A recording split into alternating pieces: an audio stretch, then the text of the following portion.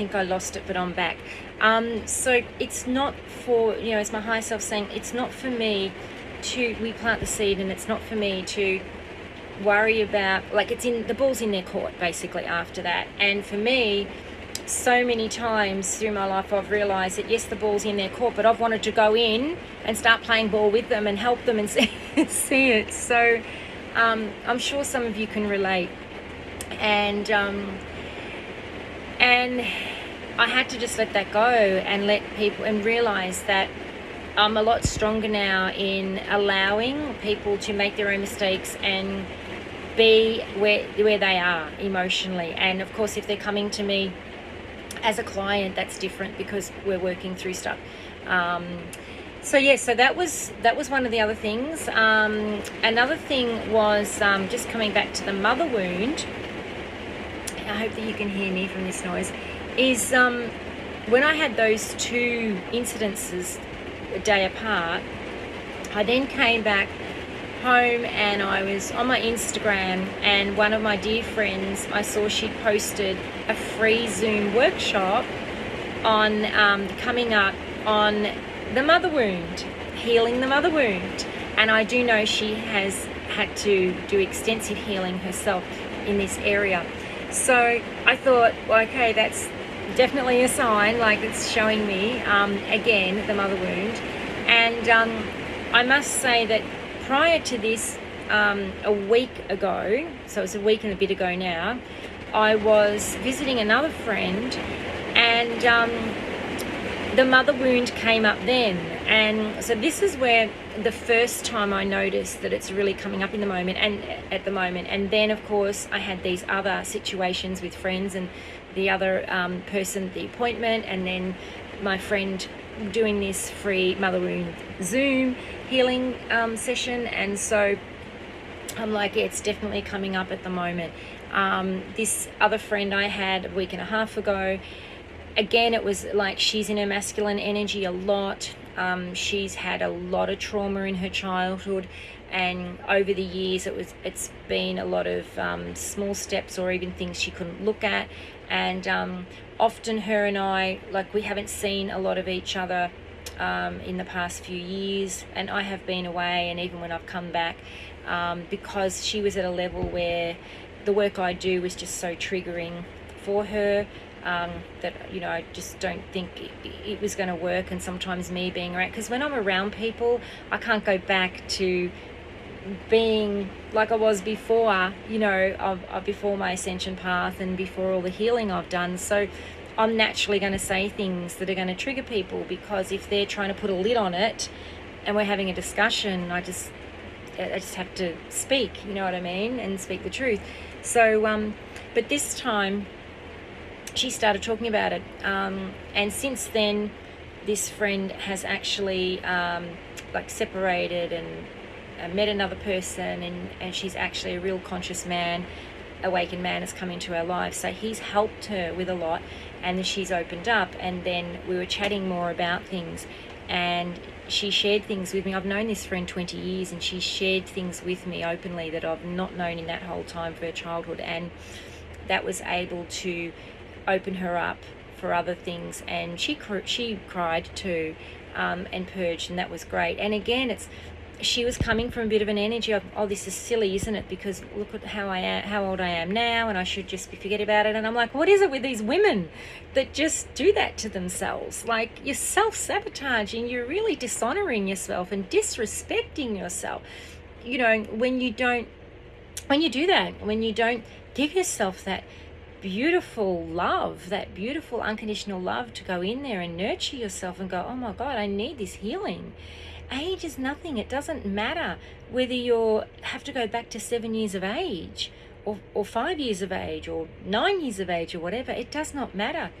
Just because we're an adult, there are so many adults walking around still being kids, still not mature, not consciously mature. They think they are, because that's the old programming. It's the toxic maturity. But until we really go back and heal that child and and see where that wounding is, we then make better decisions, but we make incredible loving decisions for ourselves moving forward. We make decisions that are from an awakened mindset and a higher consciousness, right? Not from a deep wounding ego and hurt and pain and suffering, and from that shadow side. So we really have to honor ourselves and do that work, So another thing coming up in the energies is trust. And this was one that came up a little bit for me personally, and it was someone close to me, and I didn't realize that, I worked through it and I healed it, and I didn't realize that I still wasn't trusting somebody in a particular area, but trust is trust, right, across the board. So then I had to look at why. So I'm like, where is this triggering me? Where am I creating a story around this to worry about this or whatever? And I had to then just let it go, and I had to think, well, whatever plays out. I'm going to be in that higher frequency energy of love around it. It was nothing that was, unless it's affecting me personally, and it wasn't. And I just had to trust. And so I realized then that it all kind of goes part and parcel, right? Because the mother wound is connected to trust as well. It's all connected to unworthiness, of how those stories have played out and made us feel unworthy. It's connected to, and I had a couple of cries myself, because it was connected to, for me, I had situations when I was a child that I didn't think that I was really heard or seen, and then I also thought that I was a nuisance. So those energies have come up again, just to test me, to see whether I still feel, because that's an unworthiness thing too, right? It comes into unworthiness, whether I still feel I'm too much for people, or they run away from me, or I'm triggering, or I don't know what it is, or whether they just, I'm too much, basically. That is what I kept telling myself, oh no, I'm a nuisance. So then what I do is I retreat myself before that. This is what I used to do before they say anything or do anything. I would leave myself, because if I leave, then I don't give them a chance to say it, right? But I also don't give them a chance to not say it. So that was my one of my childhood wounds and a trigger, because I didn't want that feeling of being let down or hurt, or they don't want me, or they don't, that feeling of, unloved or whatever. And so I've had a few of those situations play out as well through these energies, where I've had to look at things, and instead of going into any victim mode or any like poor me modes or any of those, I went, okay, why am I feeling like this? Because I know I am not in that energy anymore, and I had to realize that it's not always us, or it's not always, often it's just the way it is. Sometimes you can just be, or someone just may not want to be around you. You might be triggering them. They may want to run away, or you might be running away for a reason, whatever it is. But it's just all unconditional, right? Because everybody, you have to understand, is working through their wounding. There's not a person on the planet that's not at the moment, let me tell you. It doesn't matter who you are in the terms of people out there talking about how healed they are. There is always things that are going to be coming up and we're going to be facing. And Mother Earth, she's ascending so fast at the moment with these energies. So it is not possible for any living thing on this planet to not be ascending as well, otherwise being left behind. So in terms of anything, because the frequencies are rising, so it's going to be bringing up everything. And with us, we can't just half do the job, it can't be half-hearted. You can't just do half the healing on that and leave the rest and expect to embody more of this beautiful light, your higher self, into your whole light body. You can't expect to do that and still have dense programming, dense wounding, dense conditioning, it's all got to come up, okay, because you can't hold that higher light until that's out. And once it comes up, it's coming up to heal. It's like that boiling pot that boils up. Don't put the lid on it. Just let it boil over, let it come up and heal from that. So so those are the three main things that look, there's lots coming up at the moment in energies, but the mother wound, the trust issues, the people pleasing, or in terms of I'm just not going to take this anymore, and from that I'm seeing people really wanting to make that life choice to not stay there anymore, and like, nah, okay, this is it. Really waking up to choose from their heart and soul, and they may not know what that path is, but they know it's not the one they're on, okay. And look, there's other people around me at the moment that I've seen have been resisting their path for a long time, a long time, and they're going through stuff. And the good thing is they're actually saying, I know why this is happening to me. It's happening because I've been resisting my true path too long, and it's time that I really shifted gear, you know, from train A to B, whatever it is that you want to say. I'm shifting into the right path now for me. And they may not know exactly what that looks like, and you don't need to, you know, be more present and let your higher self guide you, let spirit guide you. That's the beauty of it. As humans, we've always got to know what that next step is before we'll take that leap, right? We've got to know that it's going to work out. We've got to know that we've got that job before we leave this job, that we're going to, you know, some people even won't leave a relationship until they think they can get into another one because they're scared they're going to be lonely, you know, and they've always got to be with someone and jump into relationships all the time. They don't like spending time on their own. So it's, you know, it's really for us to learn that that's the old way, you know, and having faith and trust in, some people say God, the universe, it's the higher consciousness, right? Trust in the higher power, and which is, you are that higher power. You are part of that higher power. Your higher self is going to be, you know, guiding you and in the driver's seat the whole time. And honestly, when we look at lives, there is just millions of people on this planet that are still stuck in the cycling of day-to-day jobs, paying the bills, paying the mortgage, taking the kids to school, It's just a constant. And when you look at it, you know, ask yourself, did you really, and maybe they're going out on a weekend too and having some fun, but do you really think you signed up for just that on the planet? These times, we're all here for different things, but we're all here to make a difference, to bring union, to bring unity among humanity, to help Mother Earth. There's a lot of things going wrong with this planet at the moment from the damage that humans have done to it.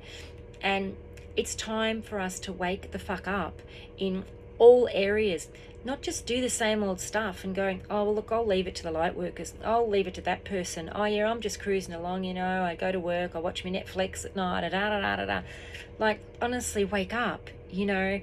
You're here for something different, and you know that.